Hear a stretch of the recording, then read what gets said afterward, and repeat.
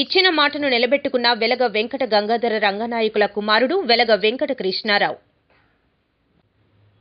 కాకినాడ జిల్లా తుని నియోజకవర్గం కోటనందూరు మండలం కోటనందూరులో ఎన్నికల ప్రచారంలో భాగంగా చిన్న రామాలయం వద్ద సేవకులు కోరిన కోరిక మేరకు రామాలయం ఎదురుగా గల స్థలంలో రేకుల షెడ్డు చేయడానికి అంగీకరించారు. ఆ మాట ప్రకారం ఈరోజు రేకుల షెడ్డు నిర్మాణానికి శంకుస్థాపన చేసి ఆయన మాటల్లో గత ఎన్నికల్లో ఇచ్చిన మాట ప్రకారం మా శాసనసభ్యులు మరియు ప్రభుత్వ విప్ యనమల దివ్యమ్మ ఆదేశాల మేరకు మండల పార్టీ ప్రెసిడెంట్ గాడి రాజాబాబు ప్రోత్సాహంతో పెద్దలు చిరంజీవిరాజు ఆశీస్సులతో ఈరోజు ఈ కార్యక్రమానికి పనులు మొదలుపెట్టామని తెలిపారు.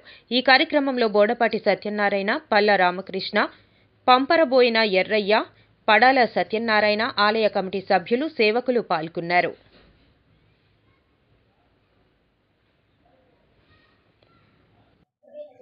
ముందుగా కోటనందూరు గ్రామ ప్రజలందరికీ కూడా నా శుభాకాంక్షలు తెలియజేసుకుంటున్నాను. జై శ్రీరామ్, జై సీతారాం.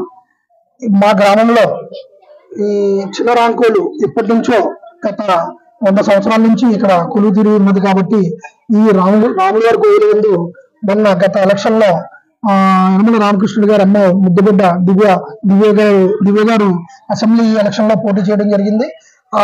ఆవిడ పోటీ నిమిత్తం మేము అందరం కూడా ఈ ఎలక్షన్ క్యాంపెయినింగ్ లో ఈ దేవస్థానం దర్శించడం జరిగింది. ఆ దర్శించిన టైంలో దేవస్థానం తాలూకా కమిటీ సభ్యులు మరియు ఇక్కడ సేవకులు అందరి కోరిక మేరకు మేము స్వయంగా మాట ఇవ్వడం జరిగింది.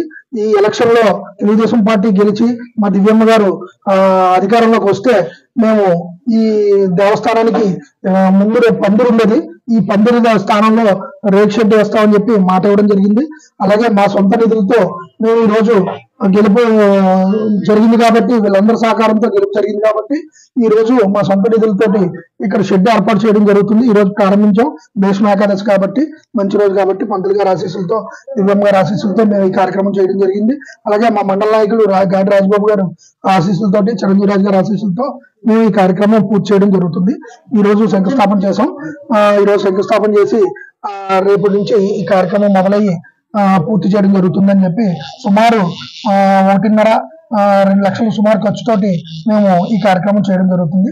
తొలుత ఈ గ్రామంలో ఫస్ట్ మా సొంత నిధులతో ఈ కార్యక్రమం మొదలు పెడుతున్నాం.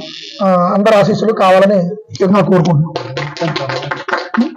ఈ షెడ్ పూర్తయిన తర్వాత ప్రారంభోత్సవానికి మా దివ్యమ్మ గారిని ఆహ్వానించడం జరుగుతుంది. కాబట్టి అందరూ కూడా సహకరించవలసిందిగా ముఖ్యంగా ప్రధానికారికి అందరికీ కోరుకుంటున్నాం.